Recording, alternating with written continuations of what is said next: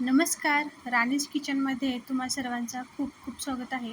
आज मी या ठिकाणी बनवणार आहे उन्हाळा स्पेशल आंब्याचा पन्ना, जे बनवायला खूप सोपं आहे. चला तर आपण झटपट रेसिपीला सुरुवात करूया. या ठिकाणी मी 4 ते 5 आंबे घेतलेले आहेत. या आंब्याला स्वच्छ धुवून घेतलेले आहेत.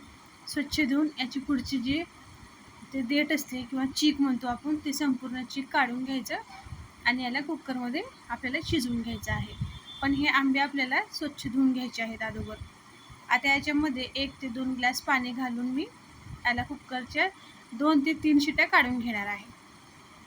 मध्यम गॅसवरती आपल्याला या ठिकाणी 3 शिट्ट्या काढून घ्यायच्या आहेत. हे आंब्याचं पन्ना तुम्हाला हवं तितकं बनवू शकता.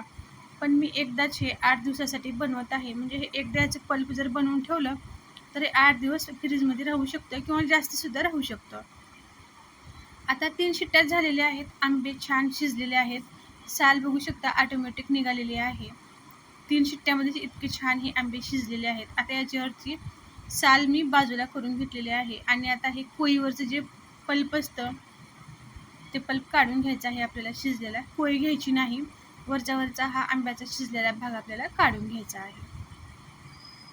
या प्रकारे हलक्या हाताने.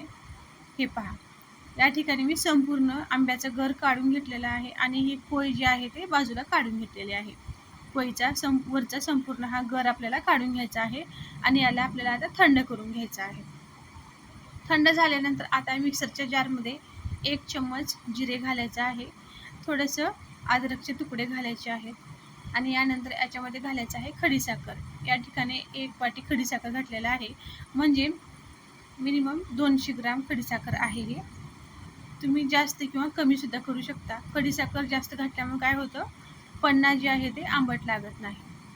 आता हे थंड झालेलं जे पल्प किंवा गार आहे ते याच्यामध्ये घालायचं आहे आणि याच्यामध्ये थोडंसं आता जे शिजवून घेतलेलं पाणी होतं आंब्याचं ते याच्यामध्ये थोडंसं घालणार आहे. नाही घातलं तरी चालतं, पण मी थोडंसं घालणार आहे याच्यामध्ये. आता हे आपल्याला मिक्सरमधून छान असं याची पेस्ट बनवून घ्यायची आहे. हे पहा, या प्रकारे आपल्याला छान असं याचं पेस्ट बनवून घ्यायचं आहे. एकदम छान असं याच्यामध्ये गुठळ्या ठेवायच्या नाहीत.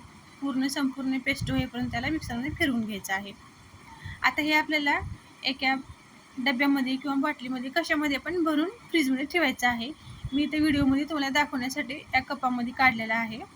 तर बघू शकता हा किती छान आपला पल्प तयार झालेला आहे.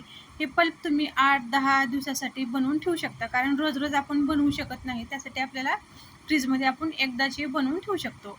आता याला बनवायचं कसं, म्हणजे हे बनवून प्यायचं कसं, तर काय करायचं, 1-1 ग्लासमध्ये आपल्याला खाली आईस क्यूब घालायचे आहेत, बर्फाचे तुकडे घालायचे आहेत.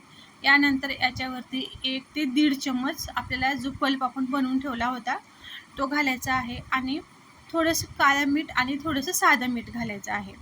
आणि या ठिकाणी याच्यामध्ये घालायचा आहे सब्जा. हा सब्जा मी उन्हाळ्यामध्ये कंपल्सरी भिजवूनच ठेवत असते, कारण दुधामध्ये किंवा कुठल्याही थंड याच्यामध्ये मुलं घालून पितात, म्हणून याच्यामध्ये हे सब्जा घालायचं आहे. सब्जा घातल्यामुळे काय होतं, सब्जा हे सुद्धा थंड असतं आणि याच्यामध्ये ह्या पन्न्यामध्ये सब्जा खूप छान लागतं. आणि याच्यामध्ये आता थंडगार पाणी घालायचं आहे. पाणी एकदम थंडगार घ्यायचा, फ्रीजमधला किंवा माठातला कुठलाही थंडगार 1 ग्लास पाणी घेऊन याला छान असे मिक्स करायचं. तर या ठिकाणी हा आपला मँगोचा किंवा आंब्याचा पन्ना तयार झालेला आहे. प्यायला इतकं छान लागतं ना हा पन्ना.